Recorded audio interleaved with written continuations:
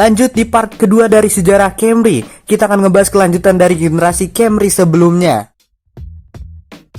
Lanjut di tahun 90, Toyota memperkenalkan mobil sedan baru dengan dimensi yang lumayan besar untuk pasaran internasional. Ingat, internasional, yang dinamakan Toyota Camry. Sebenarnya Camry generasi ini adalah lanjutan dari Camry generasi kedua atau V20, karena V30 dan V40 adalah Camry untuk pasaran Jepang saja. Di generasi ketiga ini atau XV10 mempunyai 3 varian bodi, yaitu sedan 4 pintu, wagon 5 pintu, dan coupe. Untuk varian yang 4-wheel drive kode bodinya berbeda dengan varian yang biasa, yaitu SXV10. Yang sepenuhnya DNA dari SXV10 adalah dari Lexus LS atau Toyota Celsior yang keluar beberapa tahun sebelumnya. Camry internasional ini bermesin 2200cc 5 SFE atau 3000cc V6 1 VZFE yang kemudian digantikan oleh 1 MZFE yang sama dengan kepunyaannya Toyota Alphard. Untuk pasaran Amerika, Camry hadir dalam varian DX, LE, LE V6, SE V6, XLE dan XLE V6. Untuk di Australia, Camry V6 dikasih emblem Camry Vienta. Dan di generasi ini Camry belum resmi masuk Indonesia dan hanya untuk pasaran Amerika dan Australia saja. Lanjut, Toyota Camry di generasi keempat dengan kode bodi XV20 diluncurkan pada tahun 96 di Amerika. Untuk di Jepang biasanya disebut sebagai Camry Gracia. XV20 ini merupakan generasi Camry pertama kali yang masuk ke Jepang untuk model internasional dengan nama Daihatsu Altis. Ayo, Toyota Altis saja basicnya dari Corolla, sedangkan Daihatsu basicnya Toyota Camry. Gokil cuy. Nah, Camry generasi ini juga merupakan Camry pertama yang masuk ke Indonesia walaupun masih CBU.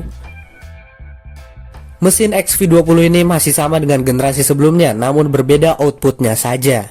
Untuk yang 4 silinder adalah 5 SFE 2200cc 4 silinder dengan output 130 horsepower dan torsi 199 Nm. Sedangkan yang 3000cc 1 MZFE V6 mempunyai tenaga 190 horsepower dan torsi 273 Nm. Untuk varian 4-wheel drive dari mobil ini berbeda kode bodinya, yaitu SXV25, bukan SXV20. Namun yang masuk ke Indonesia ini hanya yang front-wheel drive 2200cc dan 3000cc aja. Mengalami facelift pada tahun 99 dengan perubahan paling kelihatan pada bagian stop lamp, yang modelnya lebih besar mengikuti tempat plat nomor. Untuk di Indonesia baru masuk pada tahun 2000 dan gak lama masuk langsung mengalami facelift.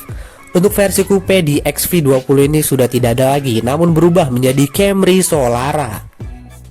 Untuk wagon masih ada, namun versi wagon terakhir hanya sampai di generasi ini saja dan berhenti produksi pada tahun 2001 untuk pasaran internasional sebelum digantiin oleh generasi terbarunya. Diperkenalkan ke publik pada tahun 2002, Toyota meluncurkan Camry XV30 dengan bodi yang lebih besar dari generasi sebelumnya.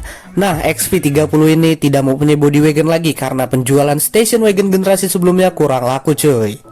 Camry generasi ini menggunakan satu platform dengan Toyota Alphard cuy. Bukan cuma platform doang tapi mesinnya juga sama, mau yang 2400cc ataupun yang 3000cc. Camry XV30 ini mulai kepecah menjadi dua lagi, yaitu untuk Amerika dan Asia. Untuk Amerika kedapatan Camry reguler, sedangkan Asia termaksud Indonesia dapat yang prestis. Menurut kalian lebih cakep mana, reguler atau prestis? Komen di bawah ya.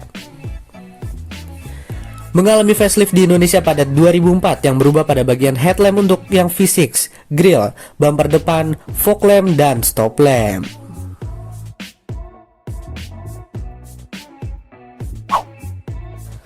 Lanjut di North America International Motor Show pada tahun 2006, Toyota memperkenalkan Camry generasi ke-6 dan juga memperkenalkan XV40 ini dengan mesin hybrid. Untuk di Timur Tengah atau di negara lain, Camry mempunyai nama yang berbeda yaitu Toyota Aurion dan hanya menggunakan mesin V6 3500cc-nya Toyota. Sama seperti generasi sebelumnya, Camry XV40 ini dibagi menjadi dua, yaitu reguler dan prestige. Untuk yang reguler ini biasanya di Indonesia dijadikan sebagai taksi, namun tidak dijual resmi ke publik. Dan untuk yang prestige sudah CKD di Indonesia. Memiliki dua varian mesin yaitu 2400 cc 4 silinder menghasilkan tenaga 165 horsepower dan torsi 224 Nm. Dan 3500 cc V6 menghasilkan tenaga hingga 277 horsepower dan torsi 350 Nm. Gila, sebuah sedan mid-size mempunyai tenaga sebesar itu. Dan yang pasti ini mobil akan menjadi sahabat dekat dengan Pertamina untuk di Indonesia. Sempat mengalami facelift pada 2010 yang berubah pada bagian tampang depannya dan berhenti produksi pada tahun 2013.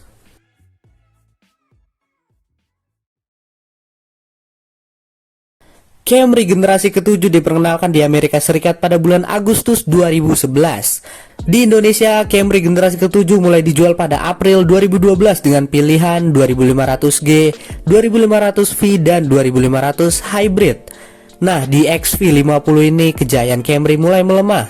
Entah kenapa nama dan segmen mobil ini di Indonesia nggak sepopuler yang sebelumnya. Padahal Camry generasi ini baru mulai debutnya di ajang motorsport sebagai satu-satunya mobil sedan dari Jepang yang mengikuti ajang balap NASCAR. Namun yang diikuti oleh Toyota adalah Camry reguler. Bang, bukannya Camry ikut NASCAR udah lama ya? Oh iya, lupa Puat. Sorry. Jadi Camry itu udah ikut NASCAR dari tahun 2007. Aduh, untung inget Gran Turismo. Thank you Puat. Untuk yang pre-facelift, Camry reguler dan Prestige bentuknya masih sama, cuma beda muka doang. Namun pada saat facelift di 2014, untuk yang reguler mempunyai perubahan yang kayak ganti generasi cuy.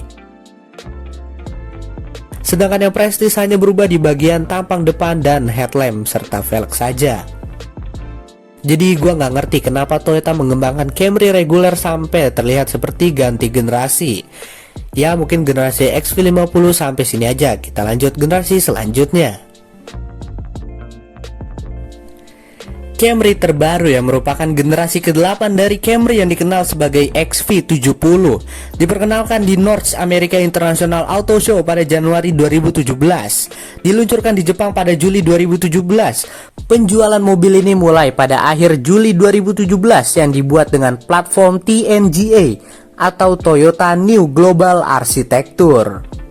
Nah, untuk Camry generasi ini model reguler dan Prestige udah nggak ada lagi. Namun untuk Amerika dan Asia tetap masih dibedain. Nah, untuk yang Amerika bentuknya begini, sedangkan yang Asia begini. Untuk yang masuk ke Indonesia, Camry mempunyai dua pilihan mesin yaitu 2500cc bensin dan 2500cc hybrid. Untuk yang bensin adalah 4 silinder, 2500cc mempunyai tenaga 183 PS dan torsi 234 Nm.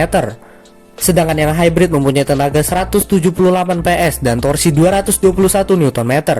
Lebih kecil, cuma mesin bensin doang cuy, belum ditambahin motor listrik.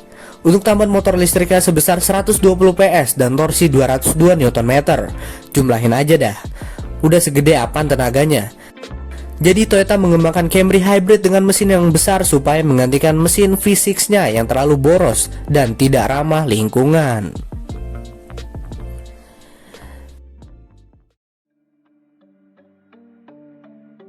Dari tahun ke tahun penjualan Camry seangkatan mulai meredup. Mungkin faktor penjualan meredupnya adalah saingan dari Eropa yang punya tenaga mirip, harganya mirip, tapi nyamannya jauh. Nah, menurut kalian lebih suka mana? Sedan mid-size-nya Jepang atau small sedannya Eropa? Komen di bawah ya. Jadi terima kasih yang sudah nonton video ini. Jangan lupa klik tombol subscribe dan nyalakan notifikasinya. Like apabila kalian suka dengan video seperti ini, dan share video ini ke teman-teman kalian agar channel ini dapat berkembang. Terima kasih dan sampai jumpa di next video.